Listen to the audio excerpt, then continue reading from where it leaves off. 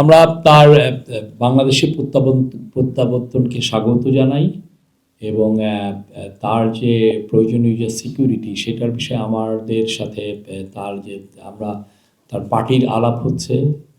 এটা তার যতটুকু তারা চাচ্ছেন যে সমস্ত মেজর পলিটিক্যাল বিএনপির সাথে কথা বলেই সেগুলো বিষয়ে লুক আফটার করা হচ্ছে।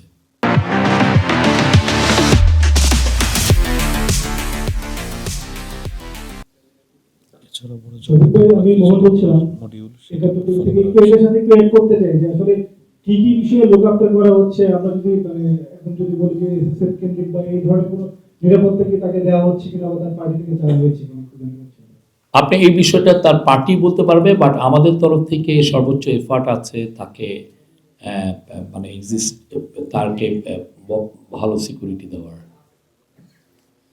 আমি আরিফুর রহমান রাব্বি, আমি রেল অবজারভারে কাজ করি। আপনারা আজকে যে টেলিকম পলিসি নিয়ে বলছিলেন আপনি, তো টেলিকম পলিসিতে কি মানে এনটিএমসি কে কি বিলুপ্ত করা হয়েছে এরকম একটাই শুনতে পাচ্ছি, এটা আসলে কতটুকু মানে পরিষ্কার করতে।